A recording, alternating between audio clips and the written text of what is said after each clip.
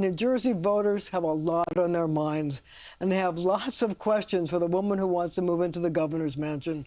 So we're going to start, and you're going to hear the question, and then you can answer. So Colin from Hoboken says the cost of housing is out of control. Let's take a listen. My question would be how you plan on dealing with the constant increase in housing prices and the tax burden that takes for the property taxes. Because a lot of people live their whole life in a town, they raise their kids there, and then they're forced to move when they have to retire, or you don't move to that town until your first kid is 5 years old, and you basically only get to you own there, but you're technically kind of just renting there because you can't afford the tax bill once your kids are out of school. So Colin wants to know if you can do anything about high housing costs and property taxes. Colin has really narrowed in on exactly what I hear as I go across the state.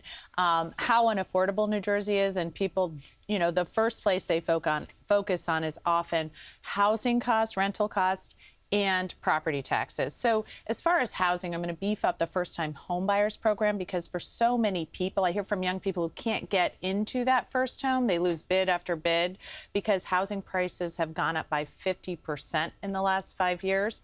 But also I'm going to take on those landlords who are colluding now to raise prices. In fact, that is one of my opponent's biggest donors, is somebody who's being investigated for doing just that. So I'll take on those prices to drive them down. But at the same time, he's right. You get into your home and then property taxes go up every year. So I speak to seniors on a fixed income who are struggling with just this. They don't want to move out of Jersey. So does this have to do with your plan to make schools less expensive by having... Well, it's certainly schools. It's certainly the state health benefits plan, which will drive property taxes down.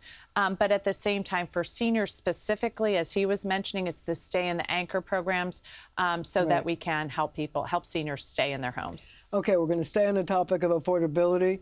Sean from East Orange and Amy from Scotch Plains have this to say. Mikie Sherrill, I would like to know about affordable housing. I'm wondering what your ideas are for increasing supply and access to affordable housing for families. Affordable housing for families. That I also hear about, because at every level people are just priced out. And so that's why we have opportunities to build more affordable. But this is an area that the state has to take greater action in, because I'll tell you what happens now is what's called builder's remedy. So we see so many luxury apartment buildings going up with just 4 or 5 affordable. So we need both market rate to help start to drive down costs, but then with affordable, I'll have state zoning laws so that people can help have ADUs on their properties. Some of our churches and faith areas want to build affordable on their properties. We also have opportunities in VFWs and Legion halls where they want to build affordable for vets, and I've helped on some of those programs as well. So in all these ways, addressing both the affordable housing problem and some of the market rate housing problems. In order for them to build the housing, though, are you going to have to give state grants to help them do it? We're going to have to both rezone in some areas, and those were the specific areas I was sort of mentioning on, and New York's doing some of this successfully, but then you're going to have some state support for it, if you're not just going to build a bunch of luxury apartment buildings. I get it. So on to families. Harpriya from Weehawken has this question. Let's take a look. I would like to ask the governor if you have any provisions for childcare, if you can make childcare more affordable in New Jersey. Or your favorite issue? Yes. So I have 4 kids, and I will tell you, finding childcare was hell. I mean, I don't think that's understating it or overstating it, especially with your first child. And you can't find a place. First of all, just finding a place that takes infants is really, really difficult. And then if you can find a place, it's often out of your price range. In fact, I was often paying more in childcare than I was earning, which didn't make sense at the time. I heard that from my husband several times. But nevertheless, if I had made a different choice, I don't think I'd be in Congress today or running for governor. So it really is important that we help families. It's a workforce issue. It totally is. And so that's why, as we were talking about, tax incentives for businesses that open up child care centers to help their employees, ensuring that we have the child care workforce and drive costs down there by helping them work as they're earning credits. And then as we see some of the model being changed, because we have, as we're pushing into universal pre-K, helping push in supports for some of those infant centers, which are really needed. So Aiden from Irvington has a question about what's going on in Washington. what is your plan for, I guess, kind of warding off any sort of economic impact from a government shutdown or like recession or anything like that? To know what you can do to blunt the economic impact of the shutdown. And that's the other thing we were sort of talking about, is this economic devastation that the Trump administration is creating. I often call the tariff program a worldwide extortion scheme, because as everyone here is paying more, we see Trump making $5 billion. We've seen the deficit go up an inordinate amount, over $1 trillion in the shortest period of time ever, and yet we're still seeing costs go up. So that is why I will be in court. We've seen success there. The Trump administration canceled some Title I funding. We clawed that back $200 million. So I will take them on again if they try to freeze this Gateway Tunnel money, as the president said he's going to do, because that will be illegal with congressional appropriations. And then at the same time, we're just to sort of defray the attacks from Washington, we're going to have to make Trenton function better so we can continue to drive innovation. Finally working with the Northeast corridor. And, you know, right now we're seeing, because of RFK Jr.'s attacks on healthcare, there's a coalition in the Northeast of governors who are acting together to make sure people can still have access to vaccines. There is still good medical data. And I've already heard we have in both Massachusetts with Governor Healy and here in New Jersey, we have a lot of the pharmaceutical base. Some of them are saying, we're not sure how we're going to get new drugs to market without the FDA. So working in conjunction with the governors so that we can continue to create innovation and new pathways in our states. Well, having said that about the president, I think you're going to be interested to hear this question. Steve from New Jersey wants to know this. My primary question would be the ways that you plan to stand up to the regime of Donald Trump. How are you going to stand up to President Trump? So when it comes to, for example, his threat to terminate the Gateway Tunnel, I will be in court. I will join the tariff lawsuit immediately, along with the other states who are taking on the president, because this is really a congressional mandate and the president is usurping authority there.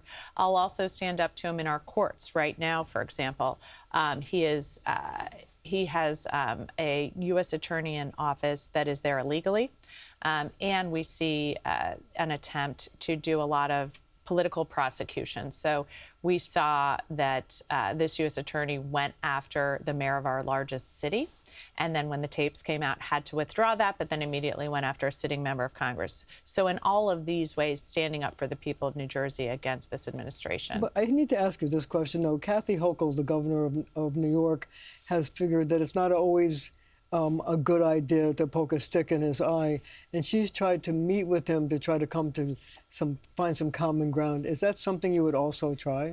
I'm willing to work with anyone when it comes to, supporting the people of New Jersey.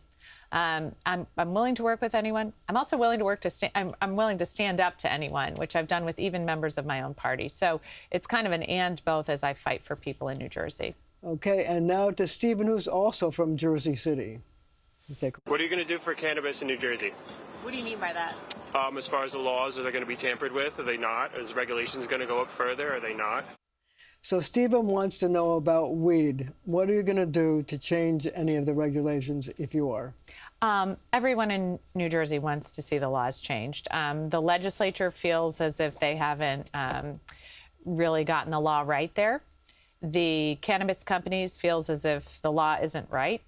So some of the kind of low-hanging fruit is the THC drinks that are now unregulated and being sold in 7-Elevens, ensuring that young kids don't have access to cannabis products, making sure we're doing better enforcement, because I've heard from some mayors concerns about in bodegas, very young kids are getting access to edibles that look like candy and their parents don't realize it's not.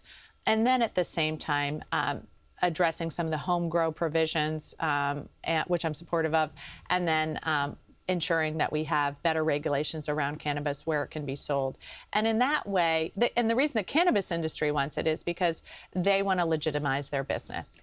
Are you satisfied with where the money is going, the revenue from pot sales is going, or would you change, maybe take some of that revenue and use it for some of the things you want to do, like maybe mass transit or your housing initiative or your child care initiative? So some of the cannabis money was really supposed to go into more provisions ensuring that kids didn't have access to it. So that hasn't happened. I'd like to see some of it going where the legislation was saying that it would go to. But then, of course, if we can have more revenue to put into a lot of the programs we want to see statewide, I'd welcome that. It's pretty tantalizing to use it as a revenue source. Okay, Rob from Hoboken has a question about your record. Why didn't Mikie Sherrill graduate with her Annapolis class? There you go. So I did not tell on some of my classmates, and so I didn't graduate with my class, but I did get commissioned. And I went on to serve for almost 10 years in some of the highest positions of trust, and most recently earned the highest civilian honor from the Navy for my work on the Armed Services Committee. Alexis from Hoboken wants to know about the cost of college. How do you plan on making tuition more affordable for everybody? This is really important because we've actually seen a lot of the federal money being withdrawn from things like Pell Grants, which help a lot of first-time college students attend college. We've also seen restrictions on the amount of federal loans you can take out, which is really impacting our ability to grow the doctors and the workforce there because it's not enough money to complete your medical degree. And then all of the attacks on visa holders and coming to our schools. We had grown the best college and university system in the world, and the president is attacking that. And what that means to affordability is that many of our international students paid full freight and really defrayed the costs for U.S. students. So in all of these ways, we are seeing attacks on affordability in universities from the federal government. And so at the state level, we are looking across the state to ensure we're driving in some of the state programs so that first-time college students can have that support, ensure that we're still getting public-private partnerships and some of the innovation to fund some of the colleges at the graduate student level as we continue to drive down costs at the student level. And in New Jersey, costs are still far too high for colleges and universities. Last question. Andrew from Saddlebrook wants your thoughts on this. What do you think about the plastic bag ban? The plastic bag ban. Yeah, you know, I will tell you, I am fine with some of the brown bags and the traditional bags, but plastic bags, if you go in any of our cities in the winter, you can see trees just full of plastic bags. They're in our waterways. We have plastics in our waterways. We have them, like I said, in the trees. So I am not a big fan of plastic bags. So a question I'd like to ask you before we end the program is this. There's a big concern about the rising number of anti-Semitic incidents in New Jersey, and I wonder how that relates to what seems to be a new sensitivity and growing sensitivity and support for the Palestinian cause at the expense of Israel. There seems to be a trend to be concerned about what happened in Gaza and to not be so concerned about what happened on October 7th in the attacks on Israel. I wonder where you come down on that and how you think you can change things in New Jersey in terms of anti-Semitic incidents, and also, you know, the concerns that people are changing in terms of their sympathy for Israel. You know, I think there are some people that see it as an either-or. Either you support ending the famine in Gaza, or you want to, you know, you're appalled at what happened on October 7th. But that is not how the majority of people see it. I think in New Jersey, most people see October 7th as the atrocity it was, that sexual assault, torture, hostage-taking should never be tools of war. And at the same time, famine should never be a tool of war either. So I think most people are quite comfortable with both of those things and think the famine in Gaza needs to be addressed. And then at home, I think there is also a real concern in a lot of communities for anti-Semitism and speaking out on it. Some people think that the whole controversy gave rise to more anti-Semitic incidents. I think that's true. I think we've seen more anti-Semitism throughout New Jersey. We saw a rise in it even before October 7th, but we've certainly seen a huge uptick in anti-Semitism in the aftermath. Things like, you know, graffiti and spray paint, when little kids were in Sunday school at a synagogue around me, and then people kind of attacking it. We've seen it in some of the online stuff. I've seen horrible online things, kids wearing electric tape like a Hitler mustache as they're attacking other kids and bullying them for being Jewish. I mean, that's something that I'm shocked. I really, maybe I shouldn't be, but I am. So addressing that has been something I have done from day one, both holding roundtables with students and rabbis, but then in the aftermath of some of the testimony on the Hill, to bring our colleges and universities together to say, what are you doing to make students feel safe? How are you ensuring that there are not anti-Semitic incidents on your colleges and universities? And I think in New Jersey, that has been something taken very seriously. And I'll tell you, we've often met with presidents of colleges and universities so we could help them work through a community issue and continue to meet with rabbis. But in talking to the Jewish Federation, and I know this is some of what they've expressed too, is I think we have to have, we can't just be talking to each other. Right. I can't just talk to other rabbis and we're in violent agreement that we want to end anti-Semitism. We need to bring a lot of empathy into this, and I think that's something that we're all working to do. But I'll say this, I think, is something that divides my opponent and I, because I saw one of my supporters, not someone in my inner circle, but somebody who is a group that supported me, have somebody that made some anti-Semitic comments, and I called it out and I said it was unacceptable and called on that person to be fired, whereas Jack Ciattarelli had someone who he called, somebody in his inner circle who made anti-Semitic comments, and then he led the round of applause for that person and then still refuses to call that person out. Do you think also there has to be more education? I've long been a fan of more education. I've supported some education in line with some of the work with D-Day events and stuff like that to talk about the Holocaust and send people to have that connection there to understand how that goes. And in New Jersey, we have Holocaust education. It's not always, not all school districts are following that. So I do think that's very important as well.